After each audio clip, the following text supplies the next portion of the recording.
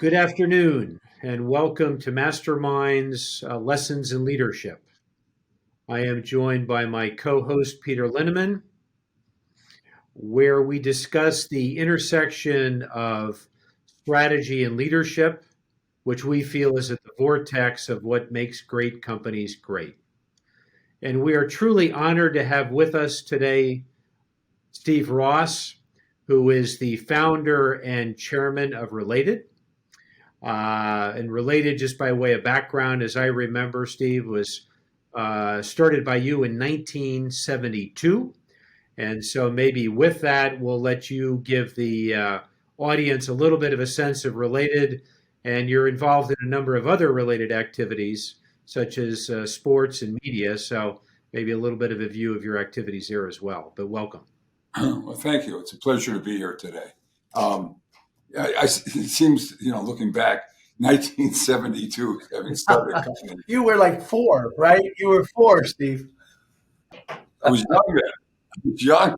I had no idea what I was doing, and, I really started with no capital, and you couldn't raise capital in those days. So I concentrated, and I was a tax lawyer, so I started in affordable housing because you didn't have to worry about the market for it. It was a question how you built it, and understanding the complexities of developing affordable housing was something that I kind of learned about, educated myself about, and dealing with the government and all their programs. So it was really a great time to start. And I guess by 1980, I'd built probably 5,000 units of affordable housing, and then wanting to really use that as a base to really build a company, and it's really the foundation of our company. Today, still, we probably have one of the largest portfolios of affordable housing in the United States. We have over 60,000 units. But in the interim, we kind of branched off into market rate residential, then office buildings, retail, hotels, and did mixed use. It's a good story. You can look back, and especially in these times, we probably grew to become the largest developer in the country with offices, scattered around the country. But these certainly are a lot uncertain times. I think times that any of us who've been in the business have really never faced and never even thought we'd be, dealing with, the ramifications of a pandemic and the impact of that, and also the change that's occurring in the world today. I mean, I've never seen change, at this pace and what's going to be needed as we transition our whole economy, the world getting off of fossil fuels, going into a third industrial revolution type of economy. So I think, the next, I think 20 years are going to be very exciting because when you have this type of economy, it really, and you have so much change occurring, it opens up opportunities. And I think there's probably more opportunities now available as a result of this pandemic than I've really kind of seen in my lifetime. But I think you really have to be, kind of having a real vision of where the world is going and really kind of understand it probably better, and it is not easy to understand today. So, it's these are exciting times. I don't know if it's very exciting for an 80-year-old, but what can I tell you? Well, that's a great lead into, I admire many things about you and have for many years, Steve, but one of them is the way you got through difficult times when a lot of developers did not. And the second related part of that, no pun intended, the related part of that is large projects, especially over the last, 25 years, really large projects, and yet managing the risk through some of these markets. So how have you dealt with that from a strategic point of view, and how do you think about that? Well, I mean, probably the fundamental reason I think we got through it was one, starting with no cash. You can't get yourself in trouble by spending money you don't have if you can't raise money. So, I mean, I think what's hurt developers over time has probably been the carrying of land and projects in bad times. So I think the one overlying thing is that what we did was really we grew by working with the governments. we probably batted close to 900%, if you will, or 90% in dealing with RFPs with state, city, governments. So that once you won these large scale projects that were controlled by them, you didn't really have to carry the land. And that really, and even in the smaller projects when they were like one-offs, that today, that was a lot easier than having the capital tied up in land going through business cycles. Because that's what's killed developers. When you look back historically, and when I was first starting the company, the business cycles were a lot shorter and you could see a lot more bankruptcies. So you had to really, figure out, have a program or philosophy. How do you stay alive in the long run? And that's how it's hurt so many developers, from that standpoint. So, it was, that was one of the reasons why. And how do you really get the maximum leverage? And, when I first started, the government had all these programs, so I could borrow close to 100%. So I didn't need that much capital. And then we had tax shelters. I was able to sell it to wealthy investors, the tax shelters, the tax losses. But, times have changed, and thank God we've grown, gotten bigger. We're in more segments and it's a lot easier to attract, institutional partners. And that's how we've really grown.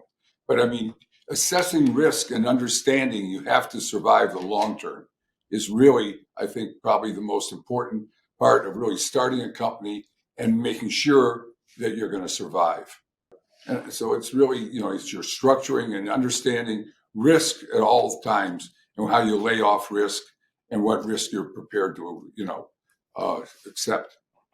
Steve, one of the things I've observed, and you tell me if I'm wrong, is instead of it doing 100% of a mega project all by yourself, in a number of cases, you brought in partners, you've sold pieces of it.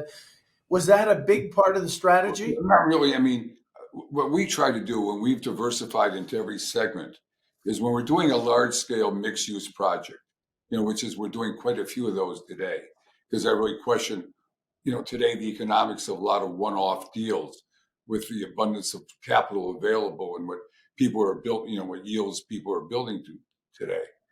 But, we control, and here I think we're one of the few companies in the country that have the capabilities of doing all residential, office, hotel, and retail all under one roof. So therefore, it's getting people to work together as a team. You eliminate that ego aspect of it where someone has to be in charge. The company is doing all the jobs. The partners we bring in are strictly financial partners. People talk about how culture drives success in any company, and real estate is no exception. If you look at the organization that you've groomed, starting with Jeff Blau on down, you have had a wonderful track record of developing and retaining people. Tell us a little bit about, the culture related and how it's driven the success of the business. No, I think, first of all, we're a private company, and you have a lot more flexibility when you're a private company. And when I started the company, I always really wanted to make sure that we stayed as a private company, having seen public companies, and also the ability to attract people. Real estate is a personal service business, and you're only as good as the people that you can attract. And I always believe, I want to hire people who are smarter than I am. And also I call them, I want to hire my PhDs that were poor, hungry, and driven, people. And so I think, when you find people that have passion and really want to succeed, and you put them together and you don't try and micromanage them, but that you work together as a team, you can succeed a lot more.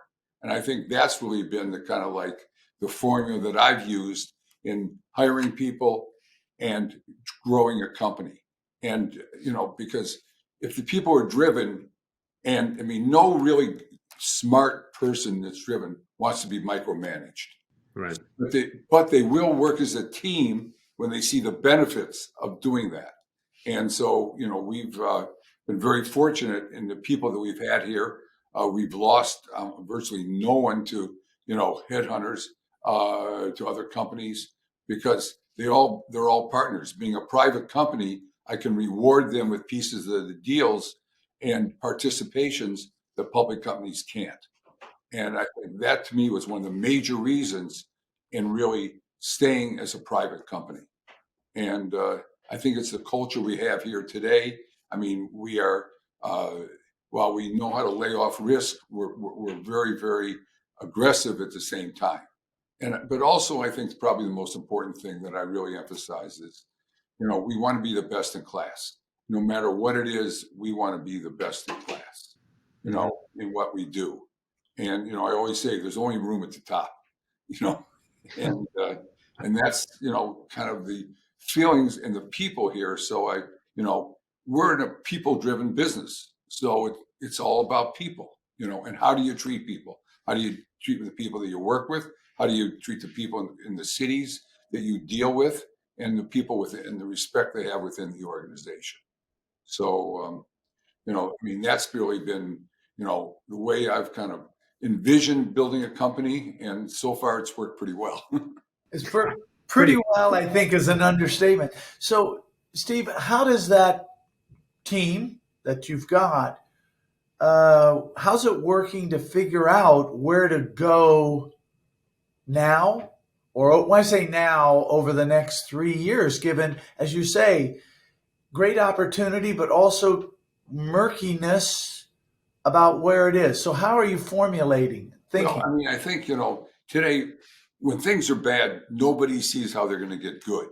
When they're good, no one sees how they're going to get bad. So I think you really got to, kind of look through where we are, what the major trends are, what won't change, through cycles or now pandemics, and see, what you really believe makes sense and what you've learned along the way. I think with this pandemic, with all this talk about how the cities are dead, or people doing all their work, via Zoom or, WebEx calls. I think you can't build a team and corporations, forgetting real estate. You can't build a culture of a company without being together. And you can't do it, through videos or conference calls. So, I think the trend is, everybody's, talks about the doom of office today. I don't really believe in that, or the doom of cities. People today, the major trend in the world is that people want to live in cities. Now we have to make those cities resilient, and how that changes, but it's still, they're going to be living in cities.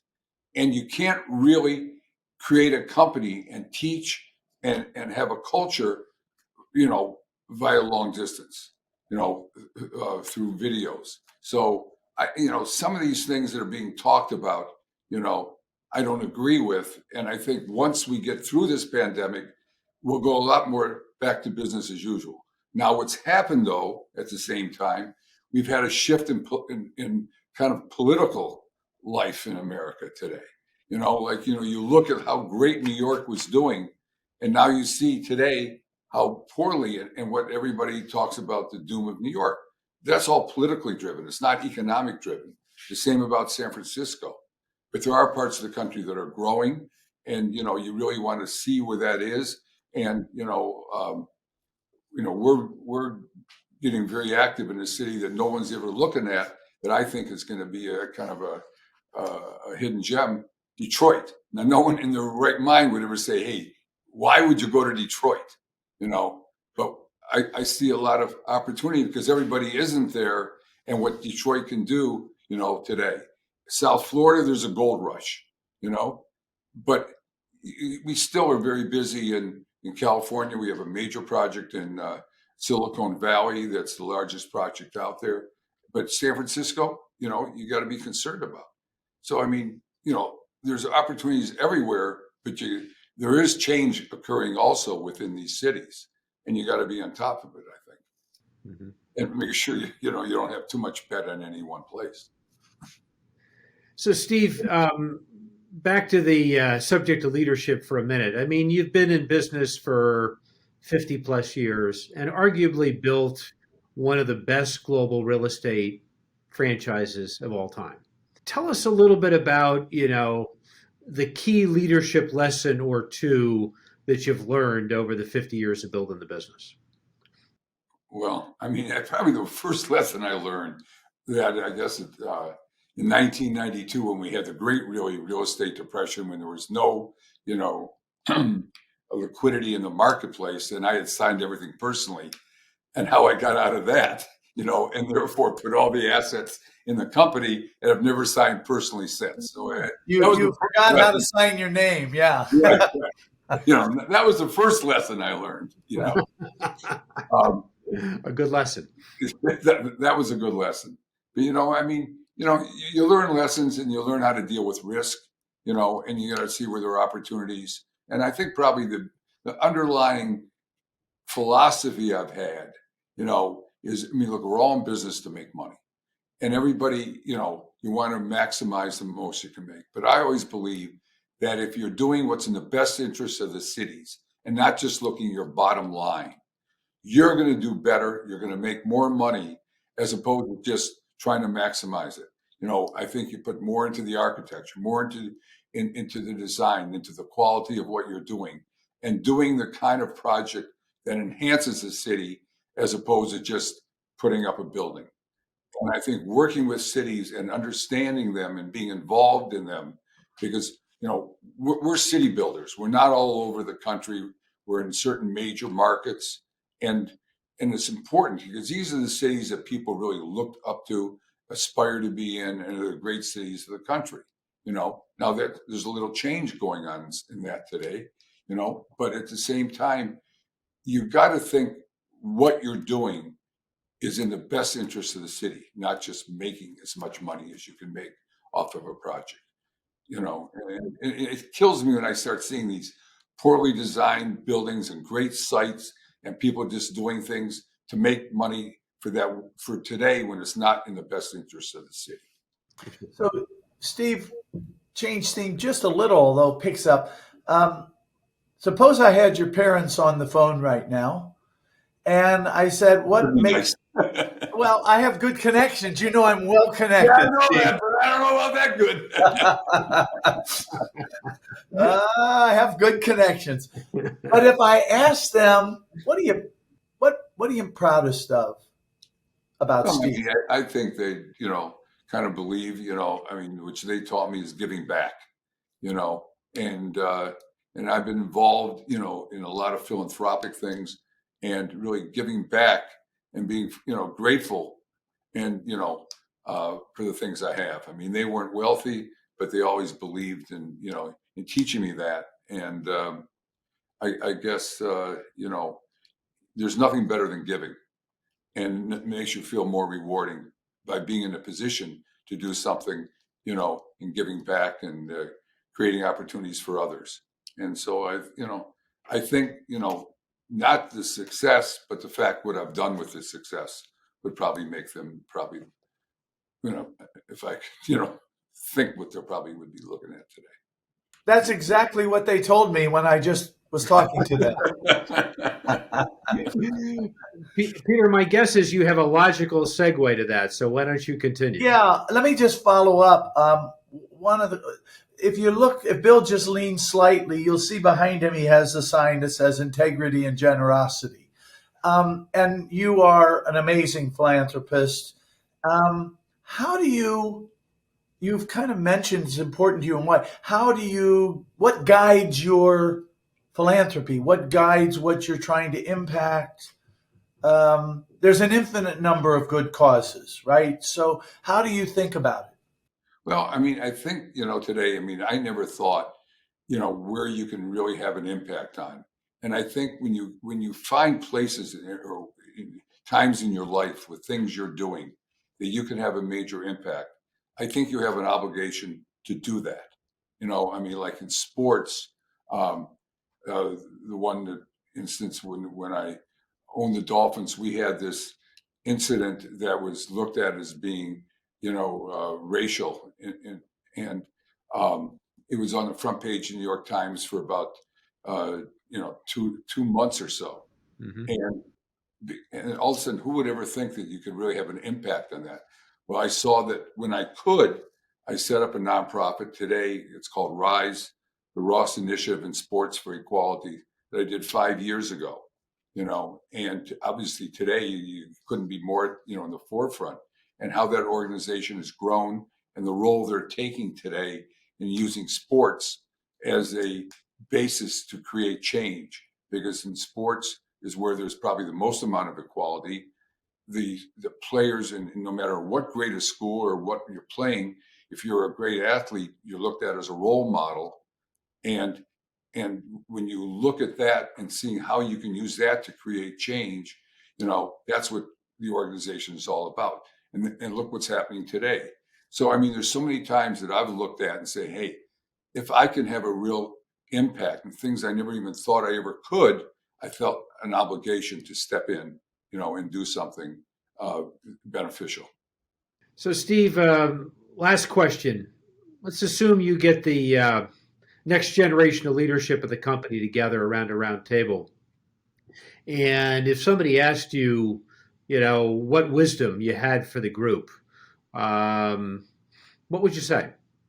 Well, I mean, I think you really, I think just the things I've kind of talked about today is the things I talk to them about, what obligations they have, when we have a company this size, and the impact that we can do to do the right thing and to really look ahead and really kind of lead the way, and be leaders in every aspect of it. And that's what I encourage, all the young people. And I look around and I see like the Jeff Blaus and the Bruce Beals and how they head up the real estate of the hospitals in New York City, or, they're out there in the community, and the whole giving that we have within the company of participating in the communities, that we're involved in. And I think when you're doing that and you're really trying to be the best in class and building and being aggressive, and, albeit from in the development aspects and seeing the trends and being the first to adapter, if you will. Mm-hmm. So leadership across all walks of life. That's what it's about. Yeah. Well, yeah. I think we've got about a minute left, and I know you normally ask it, but Steve, did you have a mentor? I mean, I know Max Fisher and other, but did you have somebody you looked to as a mentor? Well, I looked up to him to see what he did. My uncle. We were on the poor side. So everybody has a rich uncle or something, but he did a lot of great, impactful things. And while he was doing that, obviously, I wasn't, as close to him as I was in later years in life when he slowed down. But I always looked up to seeing the things that he did. And, and it's nice to believe if I saw that he could do it, I believed I could do it. And that's the kind of things today we really want to deal with the schools, with young kids today, especially minorities, give them, to show them that they have opportunities, and then if, other people can do it, they can do it, and give them that, that feeling that there is a lot of hope out there and it's worthwhile working and trying to achieve something. Wonderful, Steve. Thank you. That's great. So very much appreciate your time and your thoughts. I never knew what PhD stood for, and I will never forget it. By the way, those aren't the PhDs that I generally know at universities, just so you know, Steve. You just don't know it. That's true. They get double PhDs. There's something with double. I would agree. That's what you want. Yeah. By the way, Steve, amen. I've said this to others without going into detail. You are a mensch, right? And that there's been a number of times I've asked very small favors of you, and you're Johnny on the spot doing the right thing. And there's no payoff to you to do, whether it was doing my class or to help a friend that wanted a 95-year-old friend that needed a seat at the Rose Bowl inside, and many others. You're a real man. It's nice to do things to help people. You set a great example, Steve. Well, thank you. I appreciate it. Thank you very much. Thanks very much.